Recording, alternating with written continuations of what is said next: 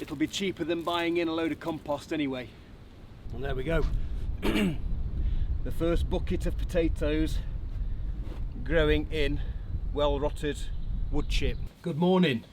Well, I'm back in the greenhouse again, and although the sun is shining, it is really blowing outside, so I've got the coat on because as soon as I go outside it is cold. But the seedlings that I picked out yesterday, they're looking really good, and I've got another pot of seeds to go out today, and this is greyhound cabbage, summer cabbage. Again, I propagated these on my windowsill at home, but they are really stretching out. They don't really need so much heat, so I'm going to prick these out into their individual pots this morning, give them a bit more space. And a big job that I want to get done today, well, not a massive job, but I want to get some more potatoes in some pots. I've got some second earlies, and I've had them just sitting around chitting, and these are rocket, and I've grown rocket for many years, and I really like them because you can pick them early for a nice new potato, or if you leave them in the ground a bit longer, you'll get potatoes the size of your fist, and they're equally as good for mashing or making chips. So quite a versatile potato.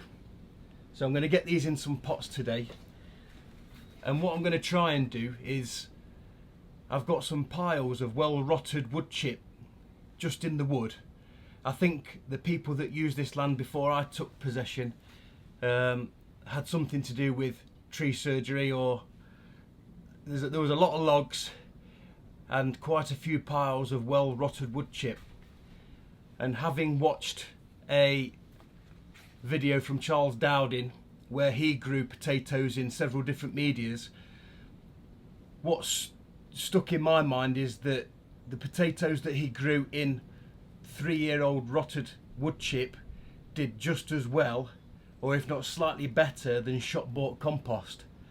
So I don't have mounds and mounds of my own compost at the minute, but I do have these piles of well rotted wood chip. It will need sieving, so I've got to get my sieve in action. But I'm going to do a side-by-side comparison similar to what Charles Dowding did. I'm going to grow some in shop bought compost and some in this wood chip. I'm expecting to get 8 buckets out of the potatoes that I've got here. So 4 of the wood chip and 4 of the compost. And what I'm also going to do with both of these composts is I'm going to enrich them both with some blood, fish and bone meal, just to make sure that they've got more than enough nutrients to do a real good job. So these piles of wood chip are just behind the tin shed, not far from where Bruce resides. And there's Bruce, he's doing well. And they are just here behind me. And in fact, where I've got all my material stacked here, that sits on a big pile of wood chip, and then a little bit further down here there's another pile of wood chip. Very well rotted, so it should be extremely good for growing the potatoes in. All I've got to do is sieve it, and what I've got is a bit of a wooden frame with some wire mesh on. The holes on this sieve are 5mm, so I should get quite a fine grade of material out the other side of this. So this is one of the piles, and you can see from that it's all really well rotted down wood chip. There's a good 4 or 5 inches across this whole area, but just behind the camera where all my materials are stored, that is also a massive pile, and that goes to about 8 or 9 inches in places. So there's plenty of material around here, and I'd be foolish not to use it, especially when it's so well rotted. And just look at the quality of that. Once that's gone through the sieve, that'll be really good stuff. So as you can see, that my screen is about the same size as the wheelbarrow, so I'll be able to fill that up and get a load sieved in quick time.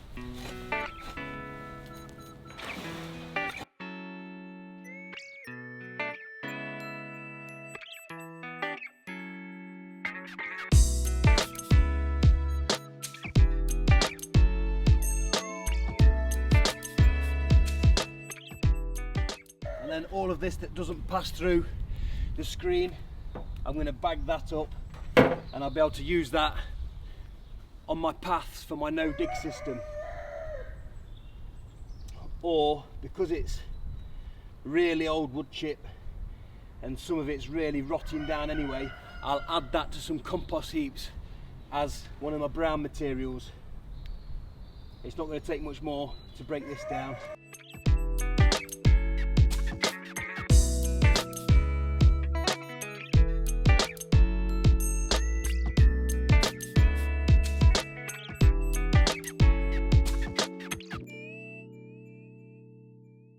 So here's a closer look at what we're left with on top of the screen. Decent wood chip for a path, but some of these big bits you can see they really are quite well rotting down. So I think it might be better to add this to any compost bins that I make up in the future. I'm going to be making quite a few, and this will go in as a very good high carbon brown material. And if we look at the material that's come through the screen, we'll look at that. It looks and smells as good as any shop bought compost you might buy, and you can see how dark it is. It's retaining quite a lot of moisture, but at the same time really loose. This could be a winner. Right, so I'm going to spend the next hour sieving enough material out of this area so that I can fill 4 30-litre buckets to get these potatoes in. Although the sun's come out now, it's stopped raining, so I might do a little bit more, and I'll fill some old animal feed bags just so that I've got it ready for when I need to use it elsewhere. Not only do I think that this will be good to use in the potato buckets, but I think this will be a good material to help set up my no dig bed out on the grass field.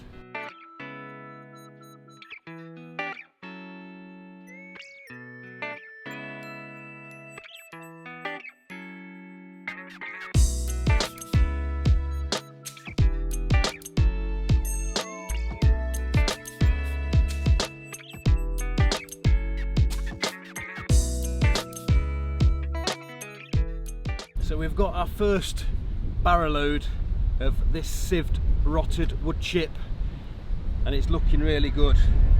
So what I'm going to add now is I'm going to put 2 handfuls of blood, fish and bone meal, just to make sure we've got all the nutrients that we need to grow a decent spud. 2 good handfuls at that.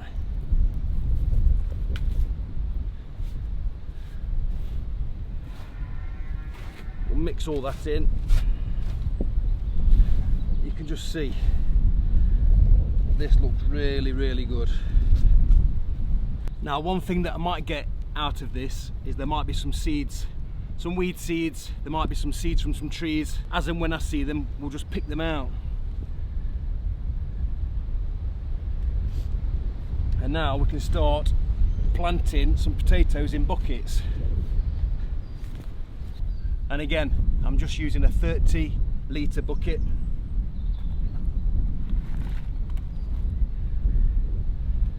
I'll fill it 1/3 full with this wood chip. 2 potatoes, and then another 2 potatoes, not on top of each other, and then fill it up. But just as a little visual comparison, let's have a look at some shop bought compost that we're going to be growing some more potatoes in. This isn't the most expensive stuff, but it still costs money.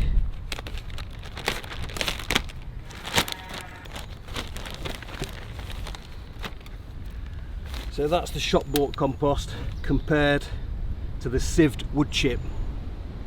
Now it's a lot darker, the shop bought stuff, and from all that I've researched about compost materials, the darker it is shows that it's gone through a higher heat process. so potentially killing more of the beneficial microbes that we want for good soil health. Where you can see that the sieved wood chip is really brown, more crumbly, less fibrous. We're just gonna have to wait and see. I've got high hopes for this sieved wood chip. It looks and smells great, but we're going to do the side-by-side comparison.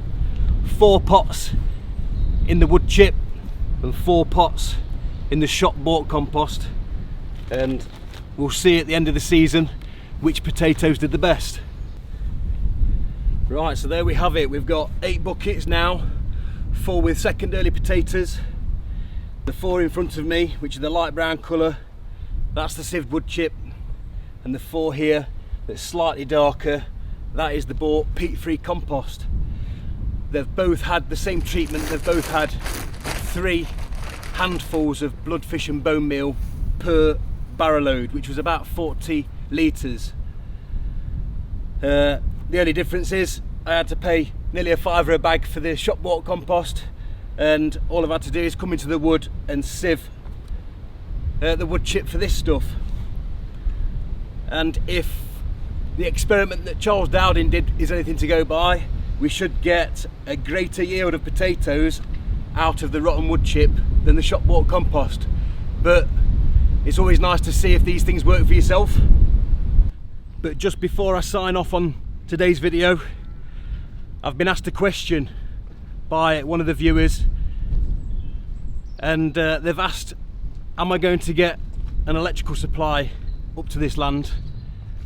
And the answer is, I'm not going to get a mains electrical supply here. The main reason being is that we are quite away from any of the local services, and primarily I want to be off grid up here. So I'm going to be building a barn, and I've been giving it a lot of thought.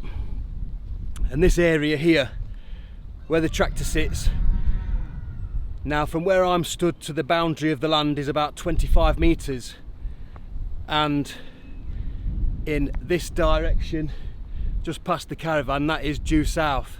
So I want to build a barn with a roof that faces due south, and then I'll be able to fully clad that with a load of solar panels, couple that with some batteries. That's going to be how I get my electricity on the land. So Ada, thanks for your question. I hope that answers it. In fact, there was one more point. You asked if I was going to get a larger heated greenhouse, electrically heated, and the answer to that is no, I won't get an electrically heated greenhouse. And my plan is to get more greenhouses. If I could get a large one that's a glass greenhouse, I'll get it. I'm not a big fan of polytunnels, so more greenhouses, maybe more smaller ones. I do want more indoor growing area, but I won't be heating that off any sort of electrical source, or even no paraffin heaters or anything like that. What I am going to try and do is perfect the hotbed system and use that to heat the greenhouses. But if anyone else has got some questions that they want to ask me, that they want me to answer on a video, please feel free, write a message below. And as always, thanks for watching, and I'll see you next time.